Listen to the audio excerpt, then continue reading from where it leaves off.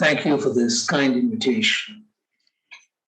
Most of the economic and related sanctions in vogue in the world today have been initiated and deployed by the United States in a unilateral manner. The sanctions against China, often in the guise of protecting human rights, are motivated largely by geopolitical concerns. They're actually meant to undermine China's dramatic but peaceful rise as a world power in the last 3 decades. The US sees Chinese power as a challenge to its global dominance and control.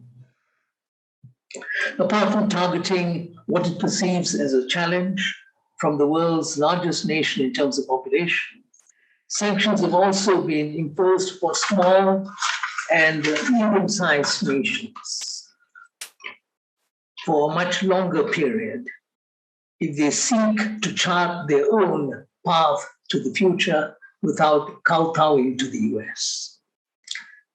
Asserting one's sovereignty and independence in pursuit of one's national goals is a mortal sin in the eyes of the world's foremost imperial power. This has been Cuba's sin since its revolution in 1959, and it's now the sin of other Latin American states such as Venezuela, Nicaragua, and Bolivia. Since 1979, Iran has also been under severe US sanctions, mainly because after its popular Islamic revolution, it has chosen an independent foreign policy which opposes US's hegemonic designs in West Asia and elsewhere. It is against this background that one should view the latest US sanctions against China in the form of the Uyghur Forced Labor Prevention Act, which came into force on the 21st of June, 2022. This law, which prohibits imports into the US of products made in Xinjiang, allegedly by forced labor, is purportedly aimed at not only safeguarding the rights of Uyghurs, but also protecting the integrity of US commerce and, by implication, global trade practices. The veracity of the claim that forced labor has been used in Xinjiang has not been established by any independent body. The way in which this claim has been trotted out gives the impression that it is yet another attempt to target and tarnish China's international image. The primary purpose is to tell the world that China is an oppressive, exploitative state that is contemptuous of minority rights. Attempts by Uyghurs living in Xinjiang itself, by the Xinjiang provincial government and the Chinese authorities to tell their side of the story in the American and Western media have been sidestepped. Indeed, on the Uyghur situation as a whole, there has been a great deal of misinformation, distortion, and lies generated by a segment of the Western NGO community, which have been repeated ad nauseam by NGOs in the non-Western world. This propaganda serves a larger geopolitical goal that we've already alluded to. How should the victims of sanctions respond to this challenge?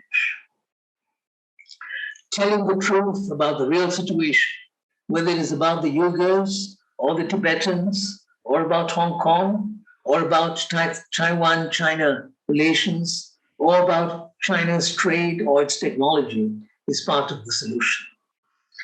This goes for other victims of unilateral sanctions also, such as Cuba and Iran. Counter lies with facts and figures. Use rational arguments against biased, self-serving propaganda. Of course, this in itself may not be enough in a situation where the global flow of news and information is controlled by the hegemon and its allies. Independent analysts and intellectuals also have a big role to play. They should have the courage and the conviction to take principled positions on major global issues and challenges. The manipulation of sanctions by powerful political actors, which has been going on for ages, demands an honest response from intellectuals.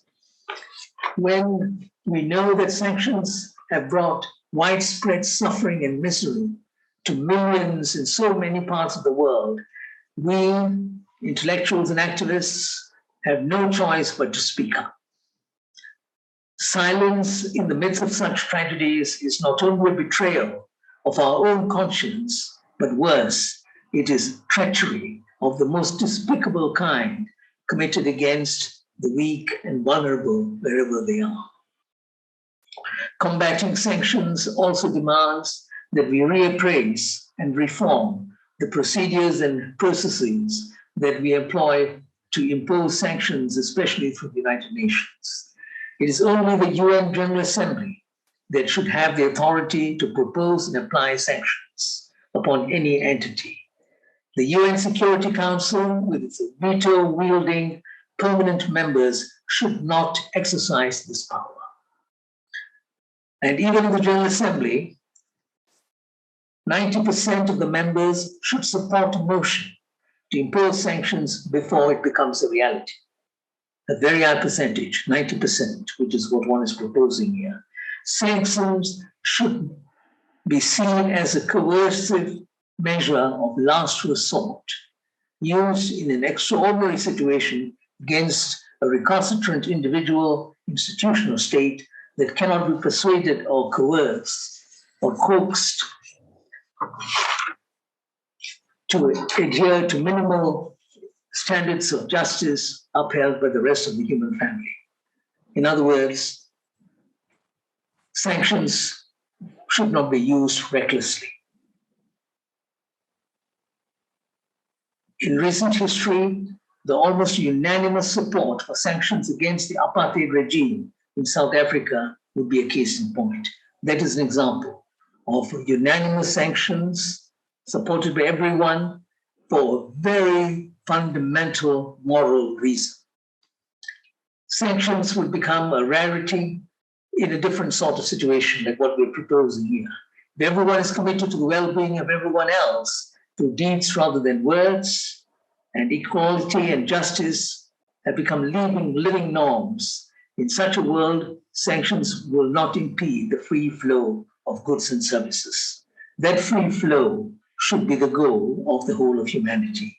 No hegemonic power should be allowed to divide the human family on the basis of us versus them psychology.